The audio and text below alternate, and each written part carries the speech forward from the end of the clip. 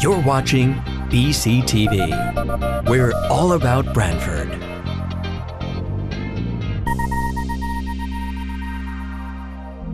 You're watching BCTV, Brantford Government Television, a service of Brantford Community Television. This program is brought to you in part through the support of the town of Brantford.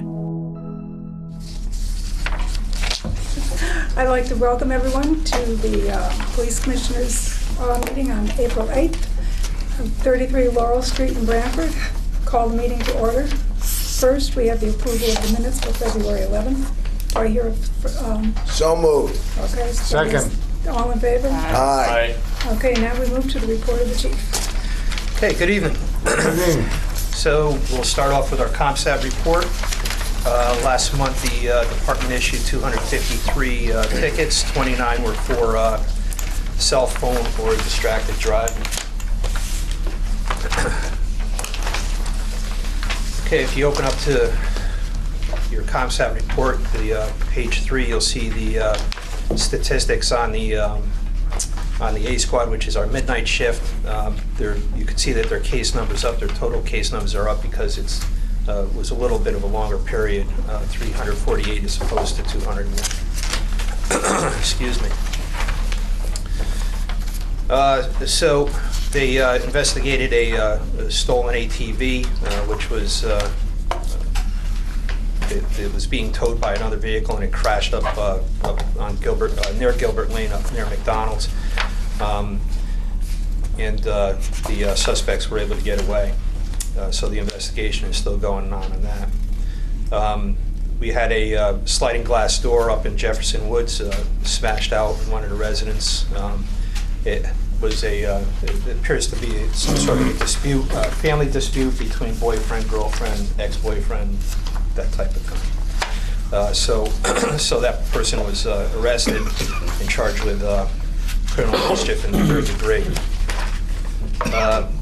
Page 6, you could see the initiatives, 43 total traffic stops, 31 of them were radar, 16 total citations issued, 2 were for speed. In Short Beach, not too much going on in Short Beach, really a whole heck of a lot of nothing. 24 case numbers total, insignificant type cases. The B squad, which is our day shift, you can see the call statistics on page 10. Again, a little bit of an increase in calls for service, primarily because of a little bit of longer reporting period. Page 11, you can see the officer statistics, along with the arrest, motor vehicle charges, and radar.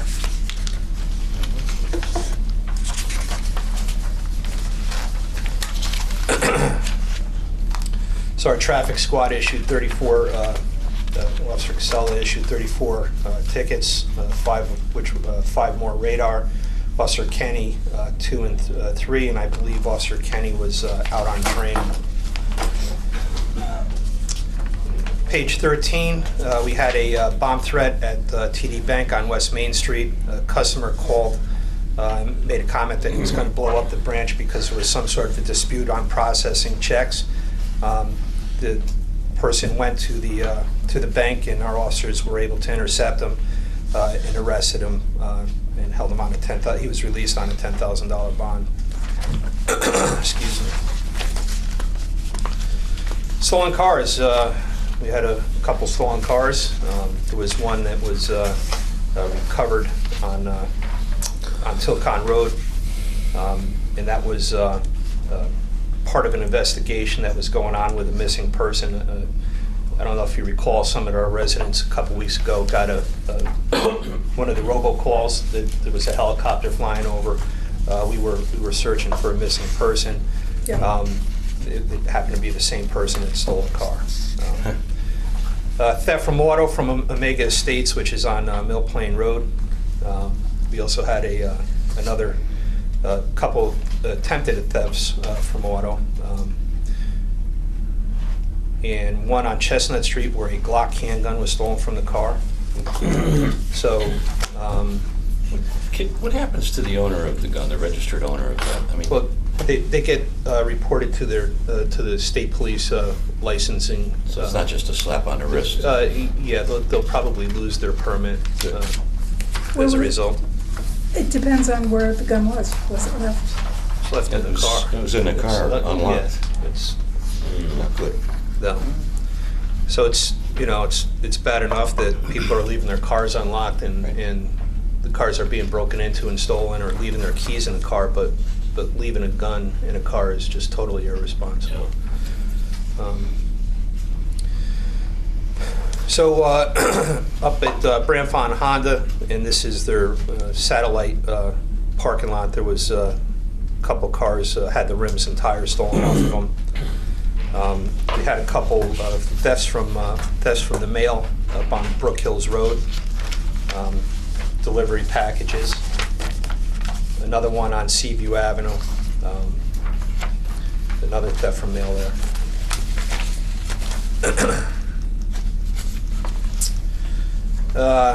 We had a couple fraud cases. One in local business, their accounts payable received an email from somebody claiming it to be a CFO of a company requesting a wire transfer of $45,260. They did the first one. The second time, they finally caught on to it. Can't be that easy. And didn't make the transfer. There was a fraud where a suspect went into Capital One Bank, identified herself as one person, attempted to make a withdrawal of $5,700. That person was stopped and charged with criminal attempt to commit larceny, ID theft in the first degree, and criminal impersonation, as well as forgery 1. Excuse me.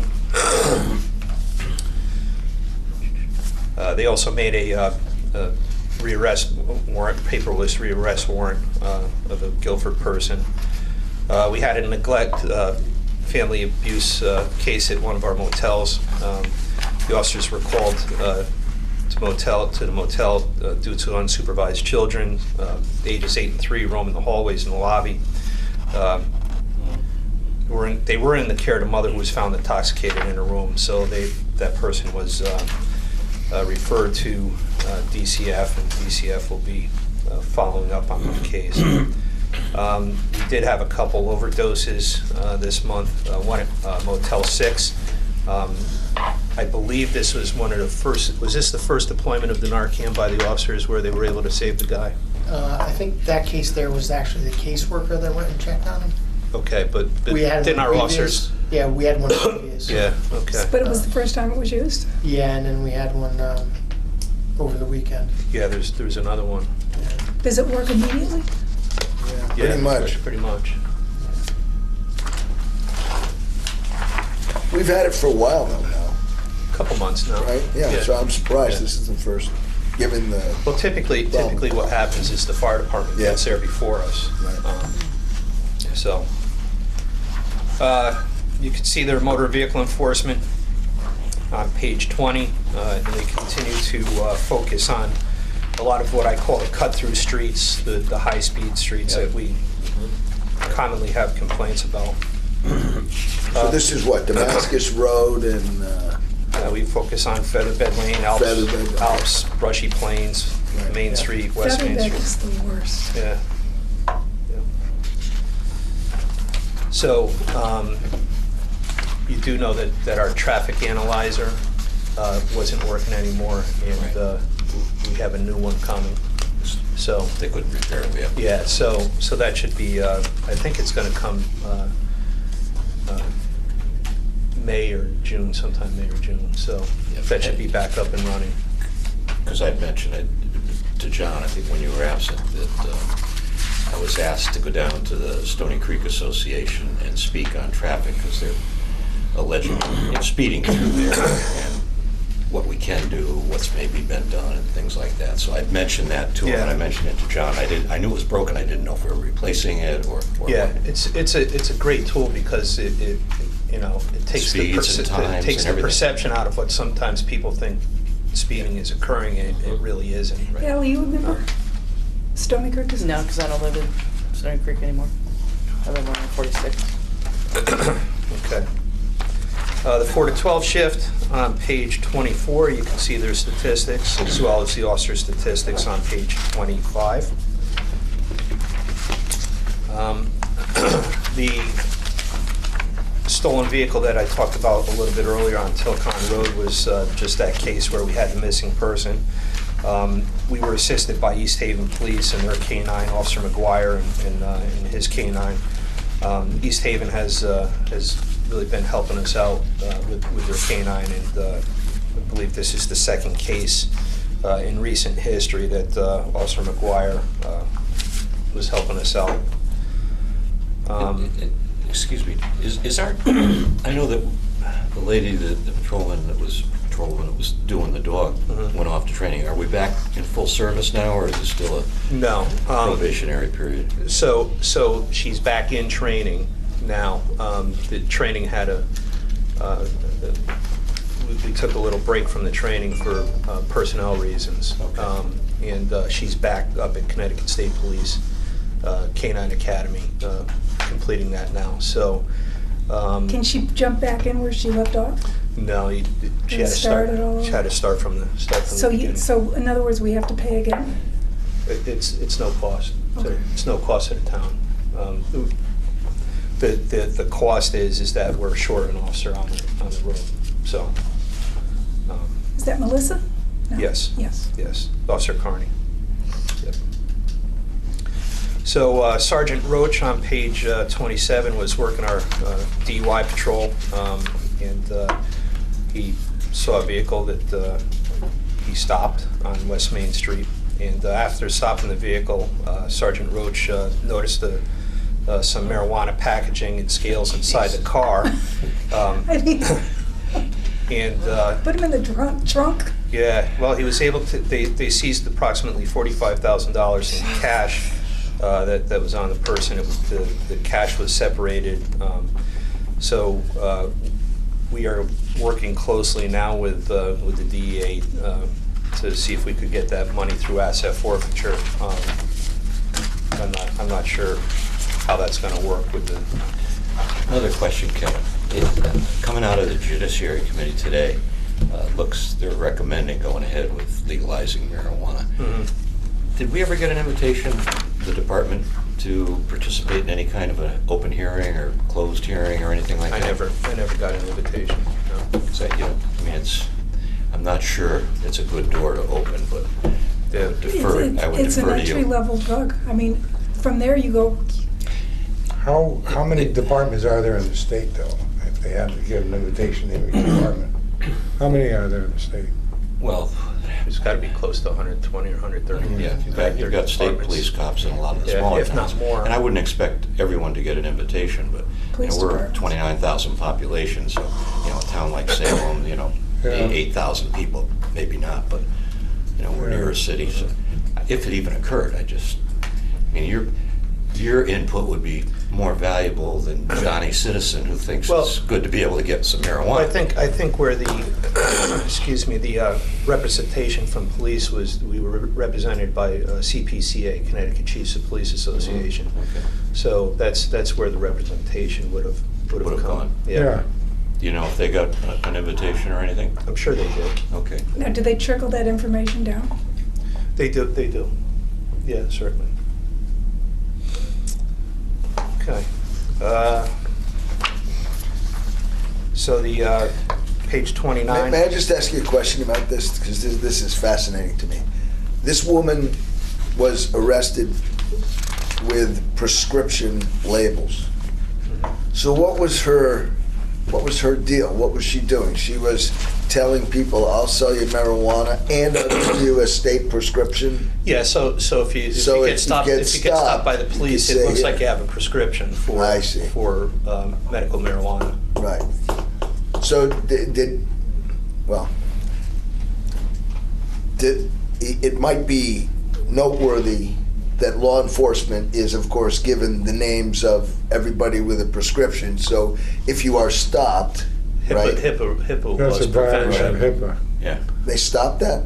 HIPAA, you Never allowed can't. it. You can't release information on it. That'd be like Medical or drug Yeah. information. Oh, so law enforcement never No. gets does not know that? no. No. I see. So it would Especially Bullshit. now where they're trying to legalize I see. marijuana. So He it's- couldn't call up the drugstore and ask if you. no, it's not that, but I was Unless you had a under subpoena. different impression that the law enforcement had a list. good try though. Good idea.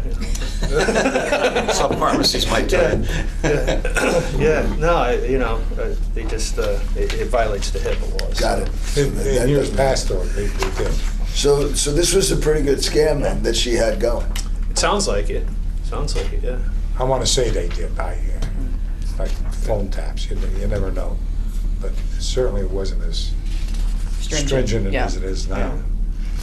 And the rules of asset forfeiture are if you make a bust in your town, you're entitled to a certain amount of that? Is Yes. that why you think we could get that? Well,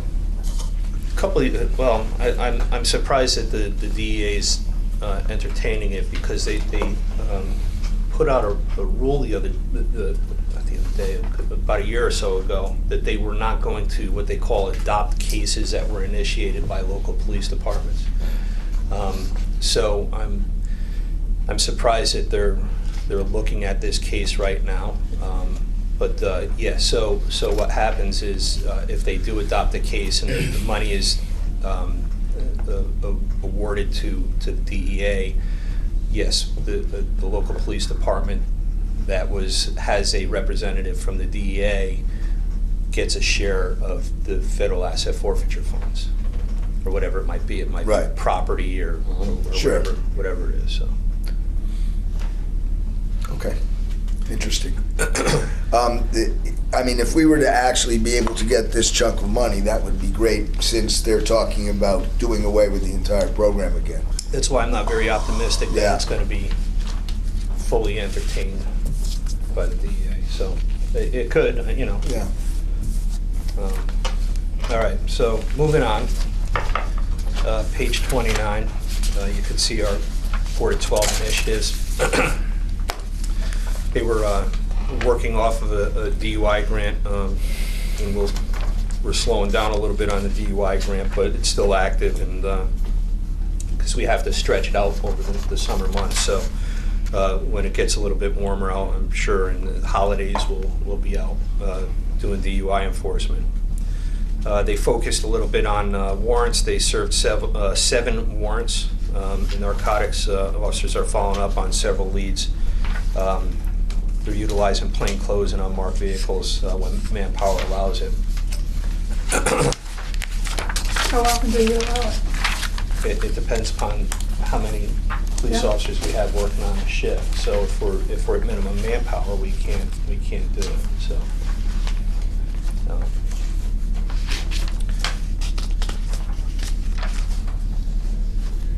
So on page 32 and 33, you can see some of the results of the DUI grant and the arrests that they've made.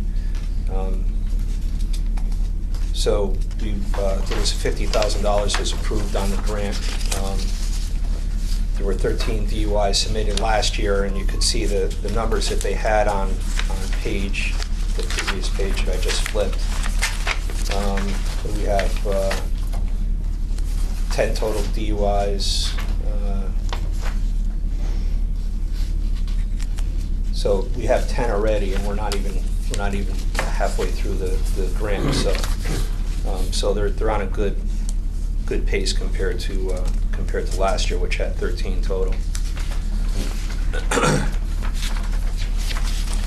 Moving to the detective division.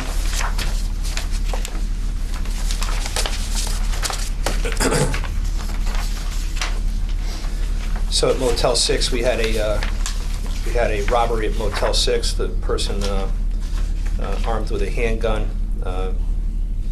He held the desk clerk at gunpoint, stole about $400, and fled out the rear door. We have a information sharing networks that we share between regional police departments here. And a Yale officer was able to identify the suspect off of the video surveillance footage. So we have a warrant for the person for robbery first and larceny second. So I believe we're still trying to locate that person. Got a couple untimely deaths. Right now, there's no word back if these are opioid related cases. Our detectives went to a opioid training seminar with the state's attorney's office in March. Excuse me. And our dispatchers received active shooter or active assailant training to coincide with some of the training that we've been doing with the officers in regard to active shooter training. So our crime analysis or crime analyst put together the next section on page 40. You can see that we have a total decrease of about 3% of Part 1 crimes, and a total of a decrease of about 8% in quality of life crimes. And you can see the numbers there. The next page just shows a graphic of a linear decline in Part 1 and quality of life crime since 2010.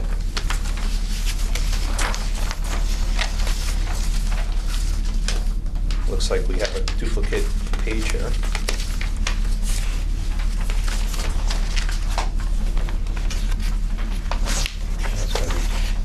What's that?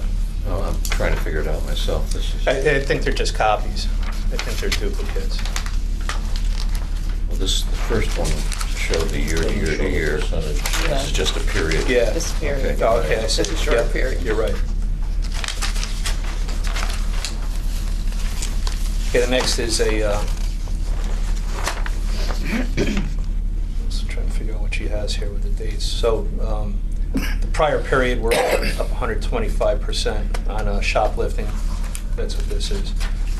We're up 3% from 2018, but it looks like it's been declining. Next page is our school checks. You can see the school checks. We're up 109% from the previous reporting period. And the last page shows our hotspot map with our traffic crashes.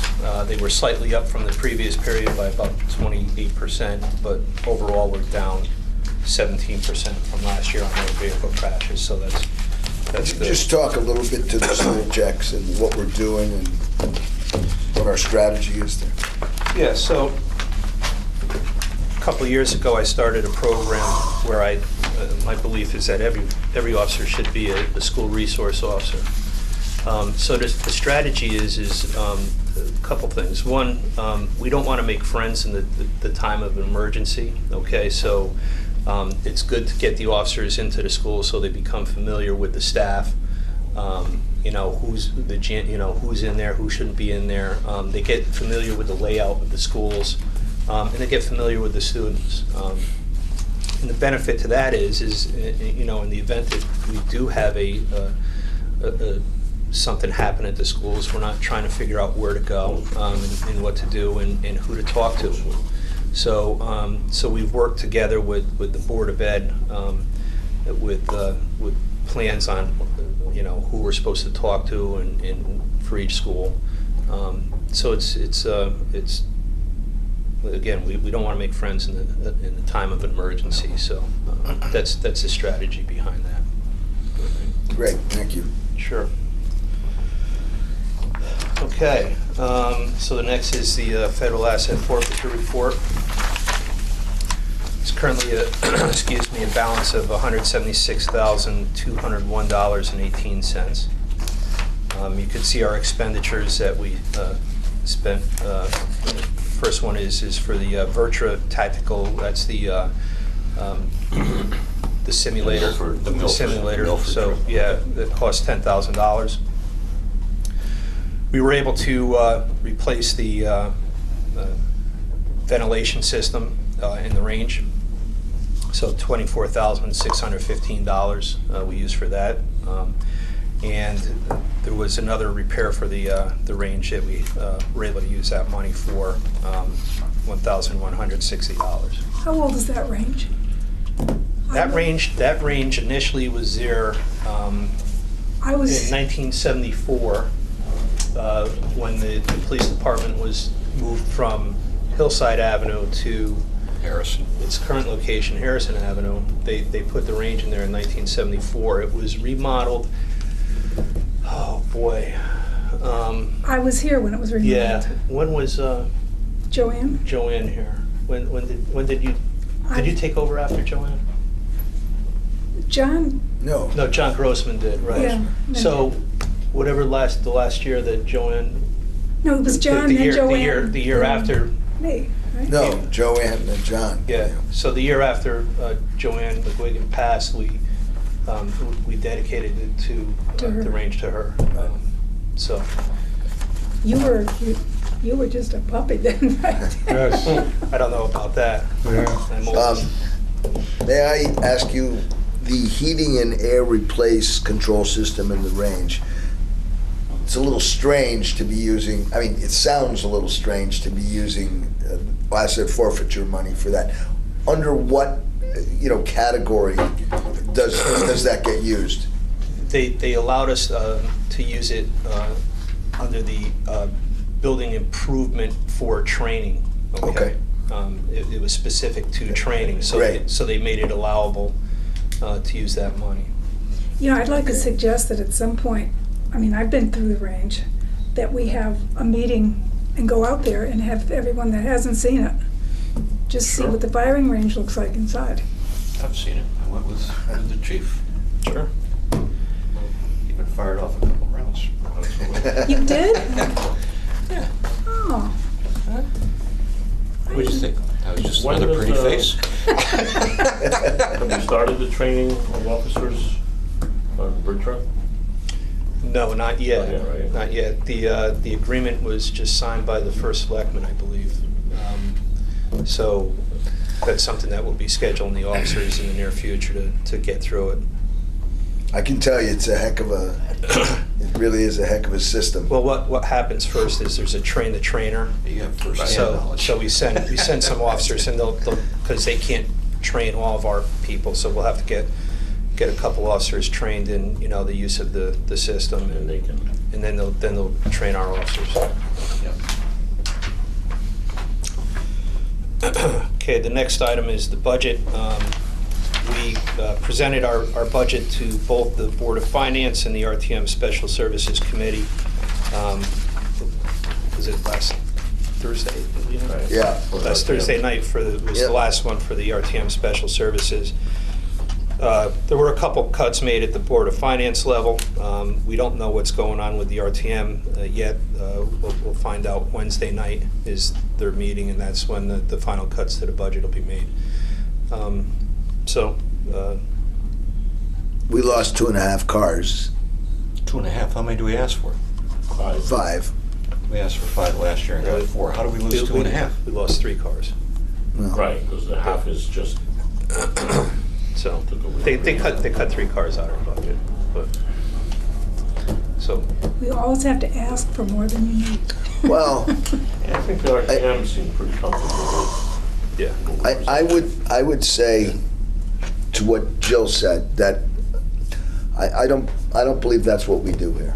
I actually want to state for the record that we don't ask for more than we need. No. We ask for, remember, these cars are running 24 hours a day. Okay, they never go off. No. When they're done, they're not done. Yeah. They go to road jobs, and then they go to other places in town. I'm saying this because it is true that in any given year we could get whacked like this and the place isn't going to shut down. On the other hand, you do this 2 years in a row, we got big issues. So anyway, It happened a couple of years ago. it does if you happen from recall. time to time. And it just what it did, it just kicked the can down the road a little bit. But you know what, they made up for it, and they gave us a pretty full Absolutely. contingent of cars. So Right, and we were also fortunate 2 years in a row being able to come up with money at the end of the year and picking up an extra car just before the next fiscal year, and that filled in. And I think that's on the plan for this year too. So. Right. So it's not the end of the road, but just to your point, Jill, I don't think we're asking for more than we need. I No, mean, when we go and ask for 4 or 5 cars, it's real. Kevin may know, but I know you're right. It's 365, 24/7. These car motors are running. The cars, most of that are moving. How many miles a police car that's assigned to the patrol division? A year. Not yours, but one that's out there every day. They might do in a year. It's not. And to Rick's point, it's not the mileage that's on the car. It's the hours that are on the car. Yeah. So I read a study, and if I'm not mistaken, they say, okay, so multiply your mileage by 7, okay, and that's the wear and tear that's On on the engines. on the engine in the vehicle. Okay. So it's very common that in a year we'll burn through probably 70,000 miles on a car. That's kind of what I'm looking at. So Yeah. even if it's 50, So if you multiply times right, 7, you got 350,000 miles. So then what happens is the new cars we use for frontline cars. So the cars that are our core patrol sector cars, let's say. So then we have like second line cars where we have augmenting sectors, okay, where we break up the sectors a little bit on busier nights, okay, and those cars, you're talking, they're starting with 65, 70,000 miles. In a period of 3 years, it's easy, they have well over 120,000 miles on the cars. And then we recycle those back a lot of the times into the detective division, okay, and then when they're really bad, they become road job cars, okay, and then the town hall gets them after that. So, And then at what point do they get put up for sale? well, they're pretty much worthless by the time that they get to that far point in downstream. time. But the thing to remember is the concern too is about how many cars do we have. For safety reasons, you have to remember that a lot of these road jobs, these officers need the patrol cars. They need it lights, there for the radio. safety reasons. Mhm. Okay, so by cutting cars, we're not getting that trickle down effect either. So there's going to be some road jobs where the patrol comes first, so we're going to have to put the cars out on patrol first, and some of these road jobs might not be covered by a police car. So last year I think we made about $380,000 on administrative fees for the cars. So, so that's something that hopefully they took into consideration when they made their decision. I'm sure it was, but I forget. I don't know what the numbers were. I think maybe $150,000 we were looking for vehicles and another 100 for setup or something like that. So It's about 14%. So, but anyways, that's the story with the cars. Moving into the personnel.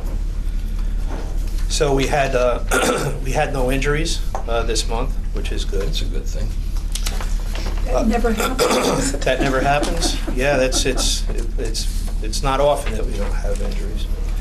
So supernumerary Officer Todd Plaza retired / resigned on March 29th. He had 43 years with the As a department. supernumerary? As a supernumerary. That's awesome. That certainly So- deserves retirement. That's Yeah, amazing. yeah. So, Years. what's that? 43 years. Yeah. Whew. And then more importantly, no, it's not more important. Certainly it's a bar for Dennis to try to get over. Yeah, right, exactly, exactly. So I'll be retiring. April 17th is my last day. So And As I think we've all said individually, we'll miss you. We certainly will. But congratulations and Thank you. good luck to you. you know what? You're going to be right next door. I'll be right next door. I'm going to North Branford. I'm going to be the chief of North Branford. But you know what I want to say is that I've had such a great working relationship with the commission. From the day that I started as chief, we have some new faces here. We have some, I don't want to say old faces, but faces that have been here for Tony will take offense. faces that have been here since better looking face, right? So you know, you guys have been completely supportive of some of my strange things that I've wanted to do over the course of the last 8 years, and the support was greatly appreciated, and I'm sure that it will be carried on with the next chief. And you know, some of the things that we did, the DNA, you know, the license plate readers, and all those things that The body cameras probably saved the town. Oh, body yes. cameras, A whole lot of the money. body Court cameras. time. DNA testing, I mean, no, very, a lot of bow wave came from you. So again, I appreciate it, and you know, and additionally, the officers here, you have the best police department in the state of Connecticut. Not for long though, because I'm going next door. You've got a challenge to Yeah, I have a challenge. So Some of the police officers too have said to me, God, we're losing the chief. And I said, yeah, we are. Yeah. And he said, you know, they all, to a man. But you know what, Support you you. guys are being left in very capable hands. We have some extremely intelligent, excellent officers on this department, and you're going to do just great. You're going to do great. Thank you. Well, we, Thank you. Thank you, Yeah. Chief.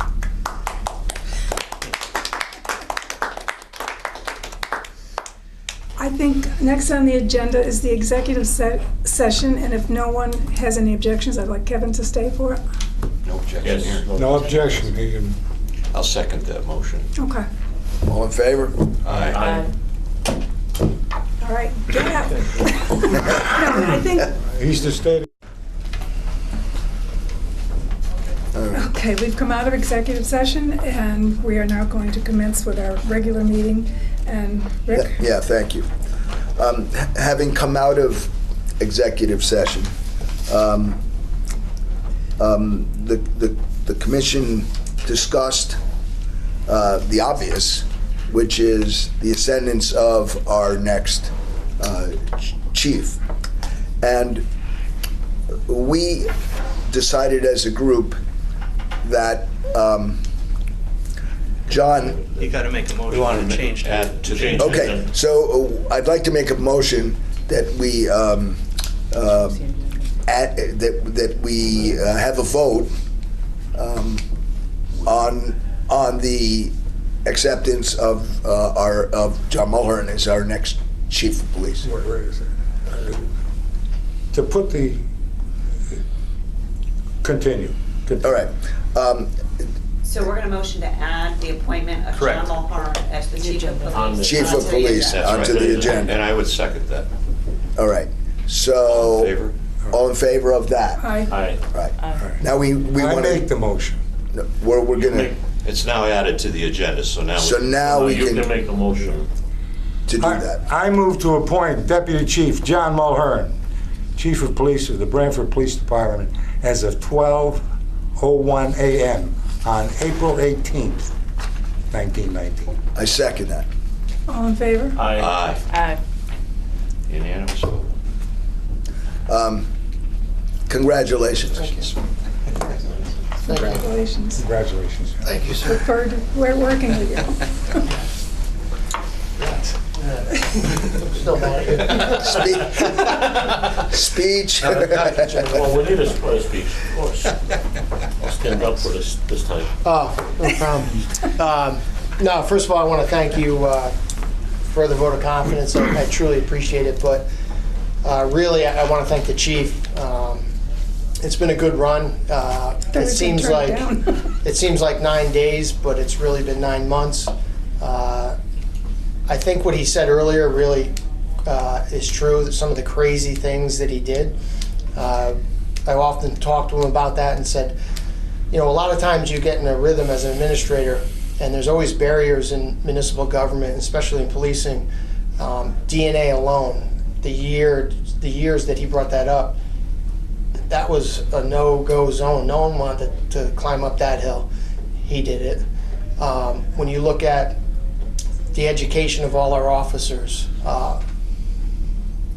there's a deep bench here of highly trained, highly educated officers, and I think that's a testament to the chief. Also, CompStat, for an agency this size, it's unheard of. A lot of places would say, we're not doing that. He did it.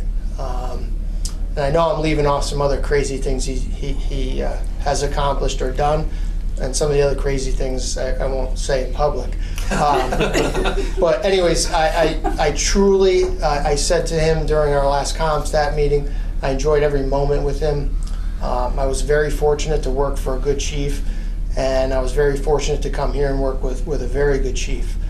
His budget, the structure, the detail, what he left behind is really giving me a great foundation to work from. Between CompStat, the budget, he knows that budget in and out, how he has it broken down, the thought process he shared with me many days over coffee, and I appreciate that also. So I want to thank you and thank the chief for having confidence in me. It's been a great 9 months being here. Everyone's been very accommodating, welcoming. I do feel like part of the family now, and I look forward to the future. A lot of what he's accomplished will continue. Obviously, I'll put a little different flavor on a few things, because anytime you have a change in command staff, the rank and file is expecting some type of change. We're facing some challenges with staffing, but we'll get through those and move forward. But look forward to serving you. I look forward to serving the people of Brantford, and especially the men and women that make up this great department. So thanks again, and Chief, he's not going far, so I know where to find him, and he knows where to find me. He'll be a member of this family for forever, and whatever he can do, we're going to be there to help him. But the men and women of the North Brantford Police Department are in for a good ride with the Yes. chief. Absolutely. So thanks again.